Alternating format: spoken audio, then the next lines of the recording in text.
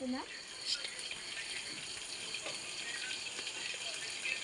Hello मित्रांनो, आज आमची आजी बोलते. आजी आमची मटण बनवते. बघा कसं बनवते. आजी काय काय टाकणार आहे? आधी लसूण टाकायचा, तेल गरम झालं की त्यानंतर मग तिखट टाकायचं, हळद मीठ टाकायचं आणि त्यानंतर वाटण टाकायचं आणि मग मटण टाकायचं. आधी आम्ही ना मटण असं बॉईल करून घेतलंय, त्याच्यामध्ये मीठ टाकून. आणि आता हे बघा, आणि इकडे आता फोडणी बनवत. आम्ही ना आमच्या घराचं काम चालू आहे, म्हणून आमची चूल तिकडे बंद झाली आहे.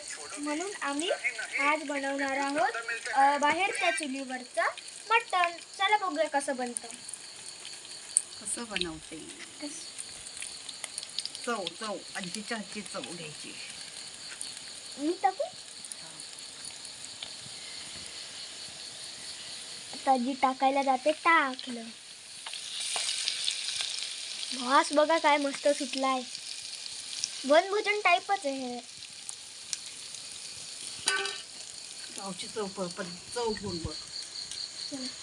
शहराची चव वेगळी असते आणि गावच्या चुलीवरच्या याची वेगळी असते.